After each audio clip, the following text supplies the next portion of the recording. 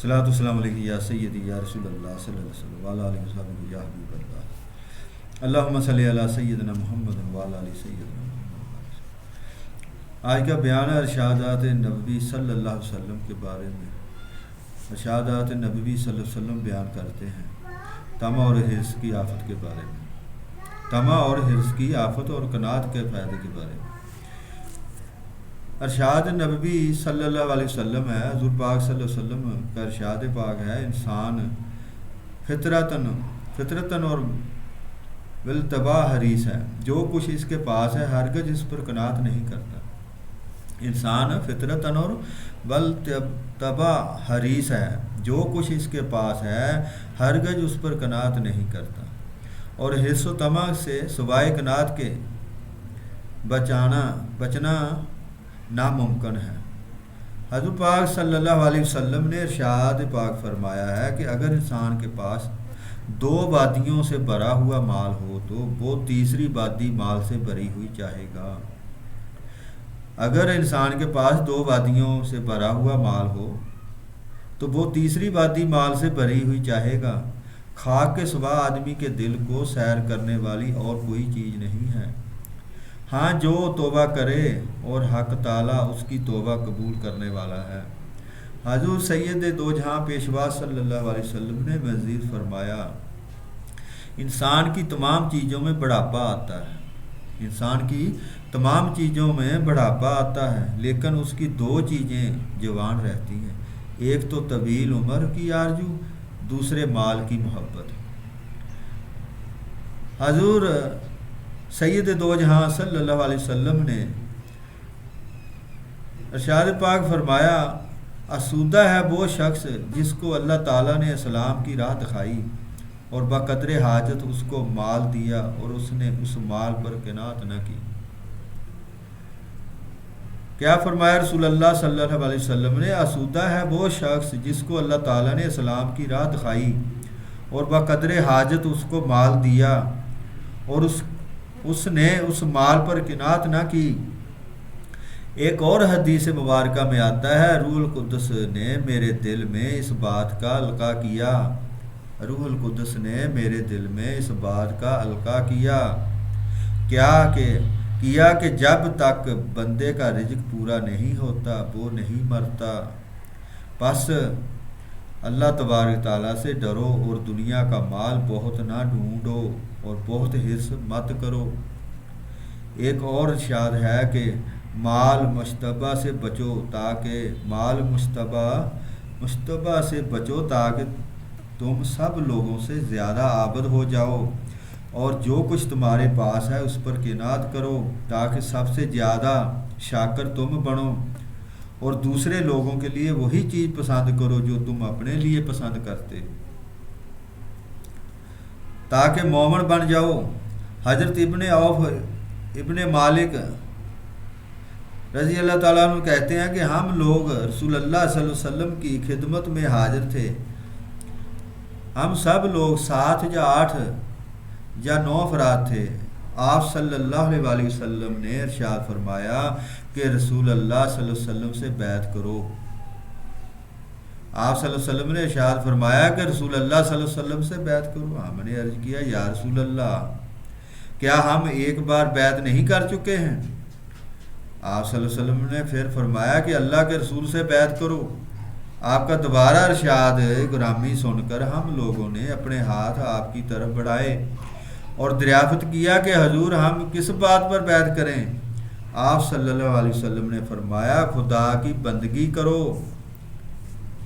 نماز 5 گانا ادا کرو، اور جو کچھ خدا تعالیٰ نے ارشاد فرمایا اس کو دل و جان سے بجا لاؤ۔ پھر آہستہ سے فرمایا کہ اور کسی سے کچھ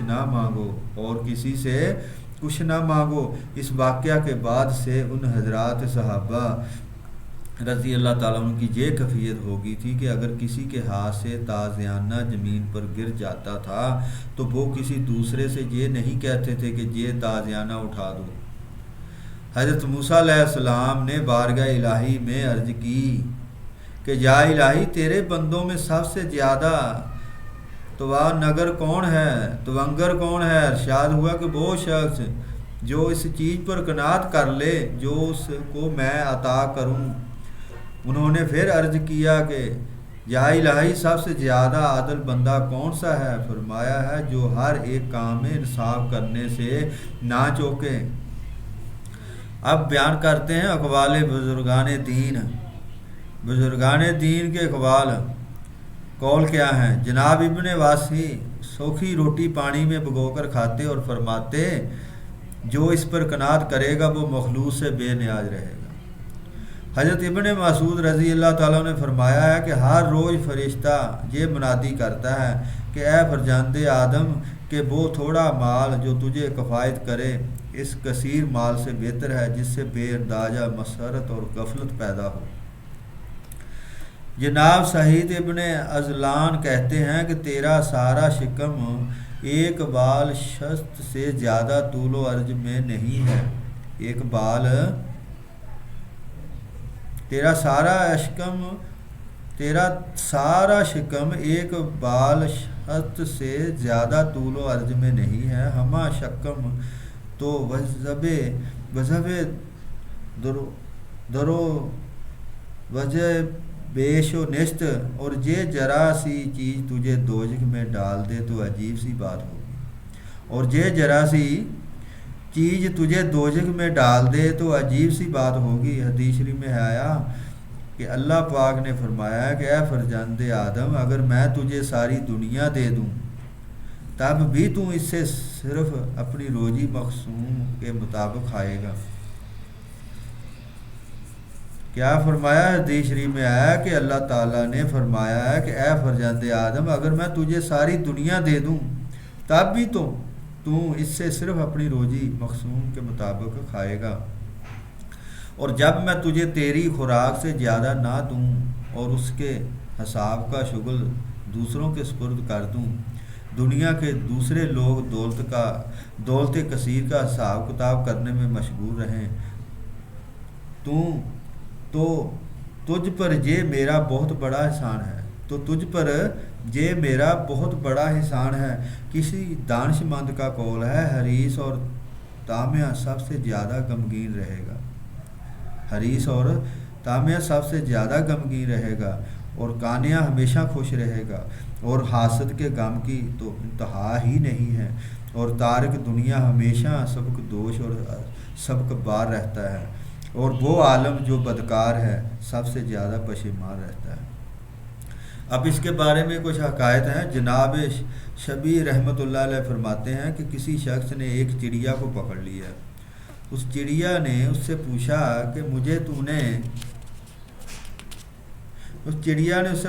تو نے مجھے کس لیے پکڑا ہے؟ اس شخص نے کہا میں تجھے ذبح کر کے کھاؤں گا۔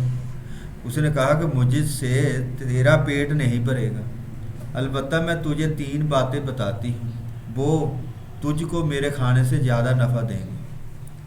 کیا؟ چڑیا نے کہا کہ تجھ سے میرے کھانے سے تو تیرا پیٹ نہیں بھرے گا، البتہ میں تجھے 3 باتیں بتاتی ہوں، وہ تجھے بہت بڑا نفع دیں گی۔ سن کر ان میں سے ایک بات تو تیرے ہاتھ میں رہتے ہوئے بتاؤں گی، اور دوسری بات اس وقت کہوں گی جب تم مجھے آزاد کر دے گا، اور تیسری بات اس وقت کہوں گی جب درخت سے اڑ کر اس پہاڑ پر جا بیٹھوں۔ اس شخص نے کہا پہلی بات کون سی ہے؟ چڑیا نے کہا وہ یہ ہے کہ جو چیز ہاتھ سے جائے اس کا غم نہ کرنا۔ یہ سن کر اس شخص نے اس چڑیا کو چھوڑ دیا، وہ درخت پر جا کر بیٹھ گئی۔ اس وقت اس شخص نے کہا اب دوسری بات بتا۔ اس نے کہا کہ محال بات کو بابر نہ کرنا۔ یہ کہہ کر وہ درخت سے اڑ کر قریب کے پہاڑ پر جا بیٹھی، اور وہاں بیٹھ کر کہنے لگی کہ تو بہت بدقسمت ہے، اگر تو مجھے ذبح کرتا تو مالا مال ہو جاتا، کیونکہ میرے پیٹ میں 2 لال ہیں، اگر تو مجھے ذبح کرتا تو مالا مال ہو جاتا، تو بہت بدقسمت ہے۔